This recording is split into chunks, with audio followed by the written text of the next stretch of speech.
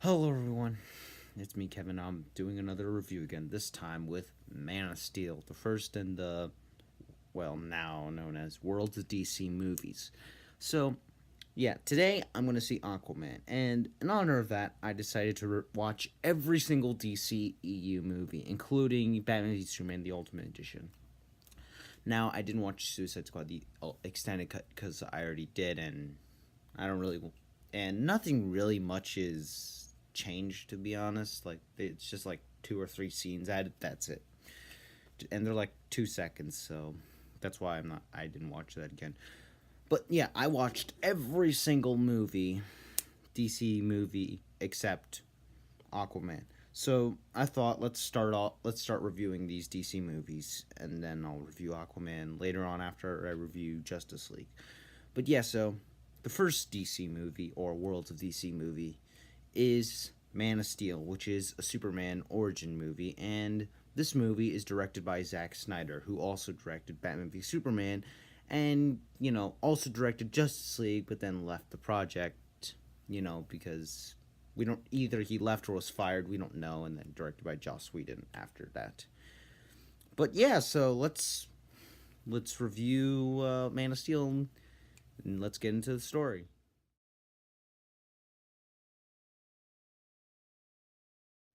So our movie begins with the birth of Kal-El slash Clark Kent slash Superman, but at this point it's Kal-El.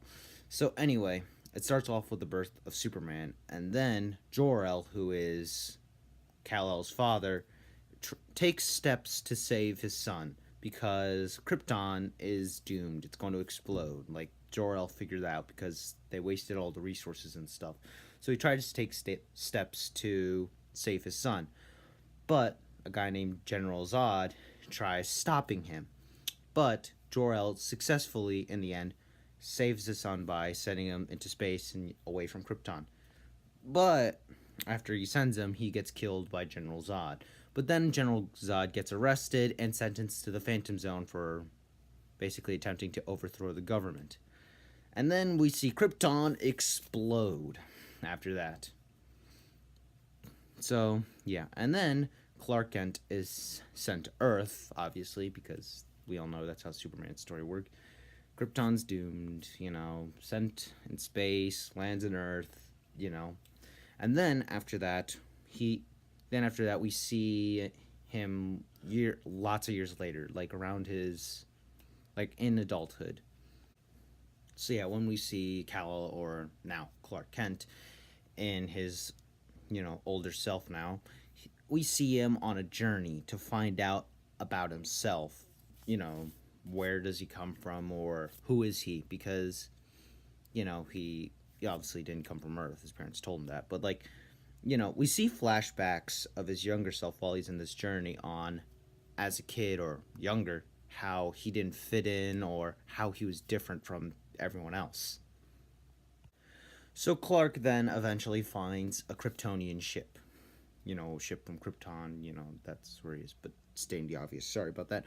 But anyway, so Clark finds a Kryptonian ship, and he also finds Lois Lane, reporting on, a crashed ship, is, in danger, and Clark saves her and heals her injuries, leaves her somewhere, and then takes a Kryptonian ship and leaves to somewhere else.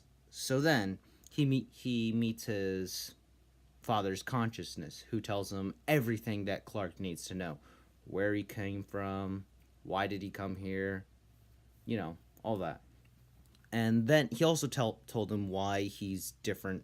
He's also told him why he's different from Earth, like the people on Earth. And then, you know, and then his father's consciousness shows Clark his new suit, and then we see Clark trying to test out his abilities to fly in Earth, which is pretty awesome, actually. That's still awesome. The score, it was just pretty cool. So Lois, around this time, is now trying to find information on her rescuer, which eventually leads to Clark telling Lois why he can't reveal himself because his Earth father, Jonathan Kent, died believing that the world is not ready for well, Clark or his abilities and everything. The U.S. government then sights Zod's ship near the atmosphere, which Zod later, uses the ship or something. I don't know. He later messages to the people of Earth to return Kal-El. So Clark doesn't know what to do, but with some motivation from a priest, he decides to reveal himself to the U.S. military, and then later on, Zod summons Clark and Lois to their ship. Zod tells Clark that he was that Clark was the one that led Zod here, activating a ship, and Clark also learns from Zod that Zod will use Earth to make Krypton once more, but this would cost every life in Earth.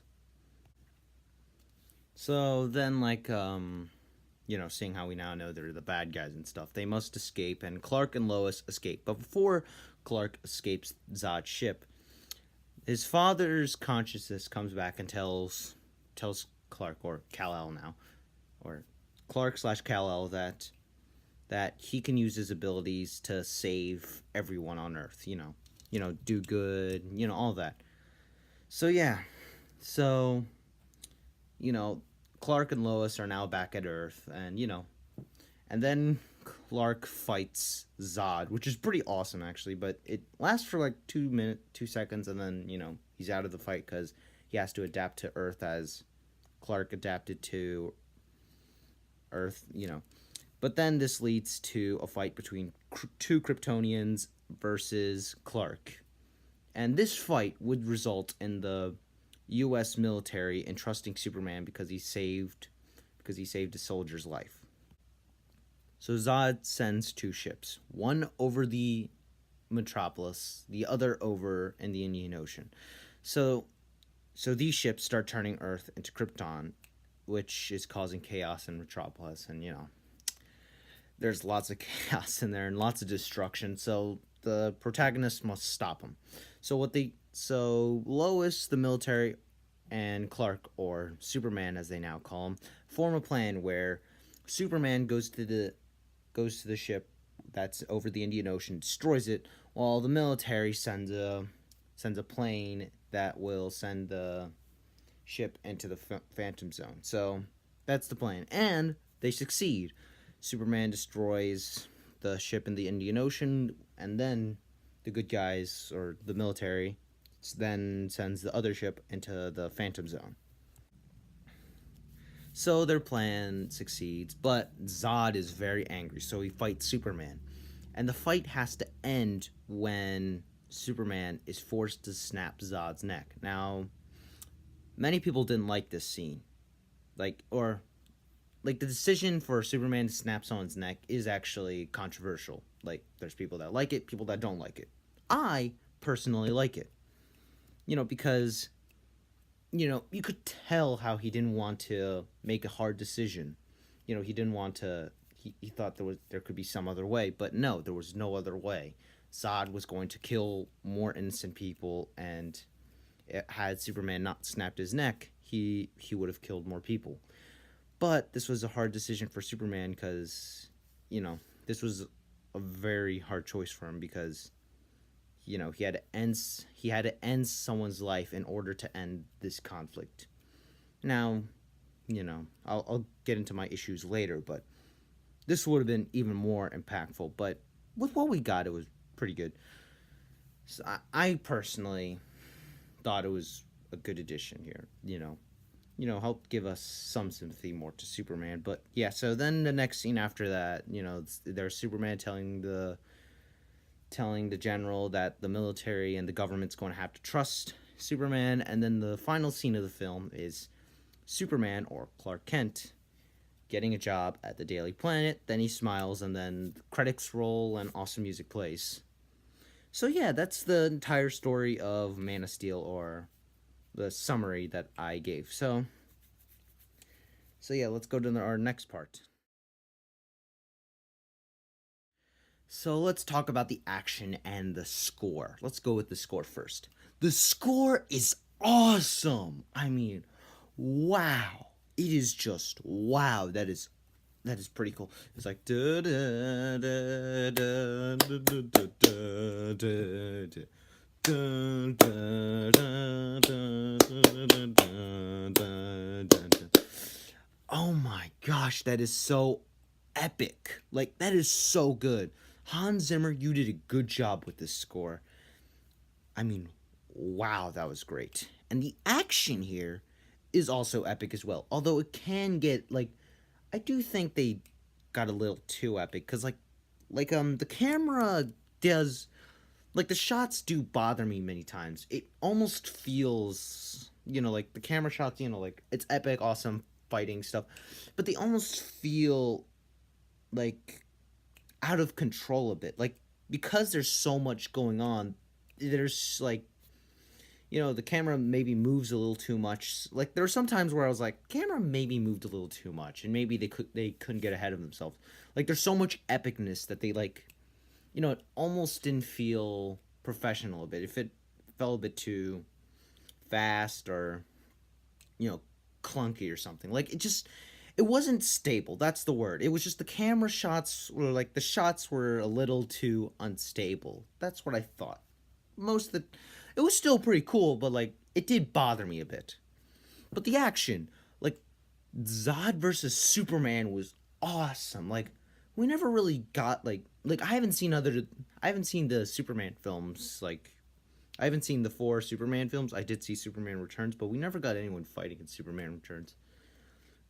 Just Kryptonite and Superman gets Kryptonite, then gets beat up by a bunch of guys. But here, like, we get action.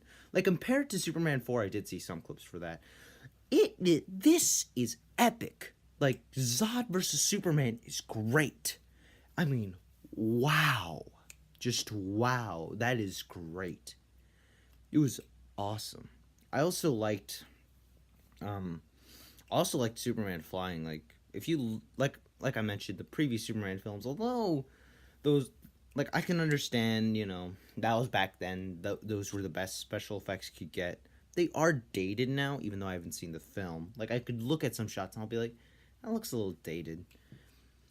But yeah, the action's pretty cool. I also like Superman's first flight, where he tries to fly. That is really good. You could really feel how he's trying to fly. Like, it was really good. Like like the fight scenes between the Kryptonians and Superman was pretty epic as well. And yeah, it was pretty cool. Yeah, so that was pretty cool. I also like how like Jor-El walks out and sees a big humongous battle everywhere. I also forgot to, like, although this is not in the category of action score and stuff, like the Kree, actually no, I won't go into detail yet. But yeah, this is pretty good. I really like the score and action scenes. They're great. Personally, I think they set up the world pretty good.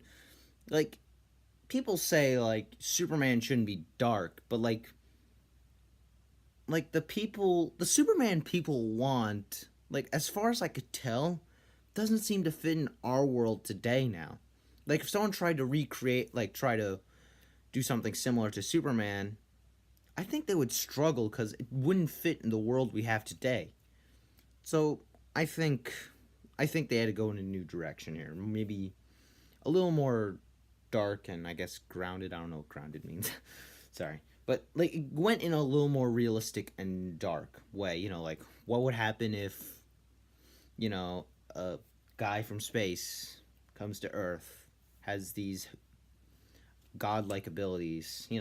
It's pretty good, actually. I really love this movie. It's pretty, like, I liked it how they set up the feel and stuff. Like how people would be a little scared of a guy, from space, like I said. Like, that's pretty good. I really like that. I also like it how, like, speaking of the world, I like many of the characters here. Like the characters also help set up this world. Like, people from Metropolis. Like, we get the people from the Daily Planet, like Perry, who is, like, There's Perry. There's also some other people, but Lois Lane was actually pretty good. I liked Lois Lane. Good job, Amy Adams. You did a good job. Like I did like Lois.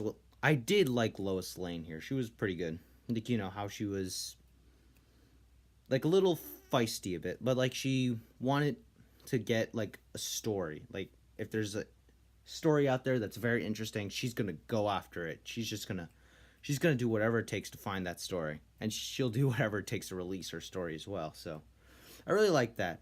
Like the characters like her she was pretty good. There was also Zod, who I actually liked the villain, although he did get a little too ridiculous sometimes. Like I will find him. But you could see what he's trying to do. Like he's extreme though. Like he wants to save people of Krypton, and when he failed, he didn't. What the heck was that? Oh, that's an ups. Sorry, but anyway, but like, dang it. But anyway, like, he wants to save his people, and when Krypton explodes, he thought, let's try to start over again, or like, try to bring that world back to where it was, and he did it, but he made many of these extreme decisions that, that would be that's really cruel and stuff. Like he killed Jor-El. He was willing to sacrifice all the lives on Earth just to make Krypton. He was pretty brutal. He really was, and I really liked the villain. He was pretty good. Zod was pretty good. Like you do have those other characters, but those are like the one of the two. Like I think the Lois Lane and Zod were pretty good. There was also Jonathan Kent, who wasn't bad. He was all right. Jor-El was all right. There was also Perry White was all right as well. I think his name was Perry White. Yeah. Like some other characters, like there's also crap. I forgot. Yeah, Martha Kent as well. She was not bad as well. I liked all the characters here. All the characters here were pretty good. I really liked them all. And the world here, I haven't gotten to the world. I just talked about characters, sorry.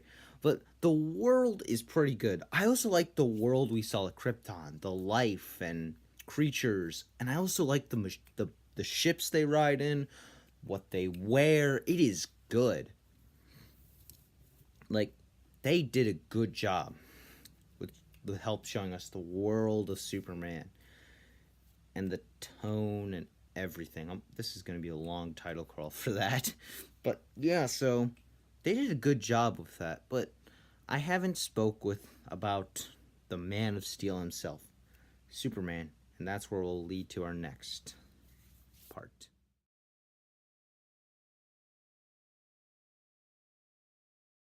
So now we have to discuss my issues with the film. Now, sadly, Superman is one of those issues. Now, I don't hate this version of Superman.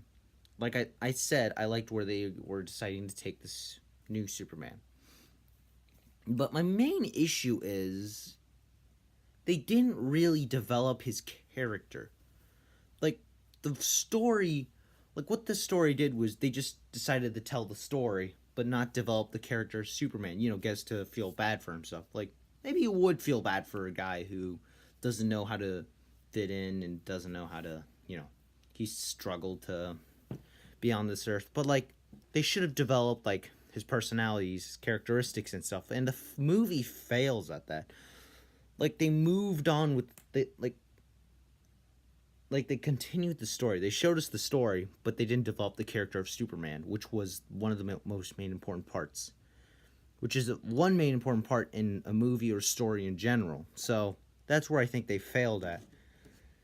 And that's where I mean, like, if had we gotten to care about Superman a lot more, then him snapping Zod's neck would have been more impactful. You would have been like, oh my gosh, he just, like, snapped a guy's neck. Wow. I'm sorry, Superman, that you had to do that. That's like my main issue. That's like my biggest issue with this film. It's just, we should have developed Superman's character. That was my main issue here. But in my opinion, they did fix that issue in the next movie, which will be where I get to discuss everything great about Batman v Superman. Don't worry, I'll talk.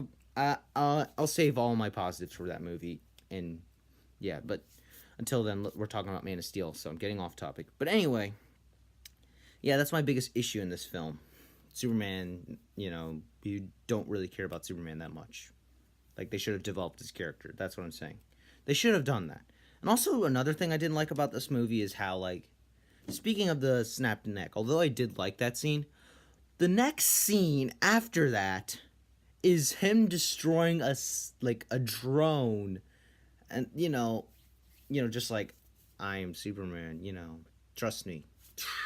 Like, that isn't bad, but like, why would you follow up something as serious as snapping a guy's neck to whoops a daisy, you won't get me now? Like, why? Like, why did they do that? And then they have the joke that the person thinks Superman's hot, but like, why would you do that? Why would you follow up like that? Like, I do think that was a bit disappointing that they did that. And another issue I have, and that it is the relationship of Clark Kent and Lois Lane. Now, I'm not saying it's bad, actually. Like, I do like how they started this, like, they were trying to start this relationship. Lois Lane is looking for a story. She finds an interesting story where Superman saves her life, and then she's like, who is this guy? Tries to look for the guy, and then, Clark tells her the story of how, like, his father died and why he died, and believing, that Superman's not ready to be revealed yet. She is like, oh, wow, I shouldn't, she was nice enough to not release the story at all. But then, like, they kind of cut, like, they actually did good build-up. Like, the build-up was pretty good, but then they just, like, they kind of just jumped to, oh, I like you. Like, I love you, look awesome, or something, I don't know. Like, it just, I don't know. Like, it isn't as drastic as I'm describing it. It's not as drastic as that. When I rewatch it, I was like, it's not as, like, drastic as I thought it was, but it is a little bit of an issue here. They kind of went a little ahead of their relationship building. It wasn't bad, but I think another part that makes this an issue is probably Superman's characterization. Had we got more of his characterization, this would have been less of an issue. And maybe if we got more scenes to see, like, connecting, like okay, here's what I mean. This is the build up. This is the sorry, and this is when they're in love. Like, there just needed that one piece, probably like one or two scenes, and then there, connected, right there. I think that was missing. I feel like that was missing. But yeah, that's my main issue. So let's go to the next part.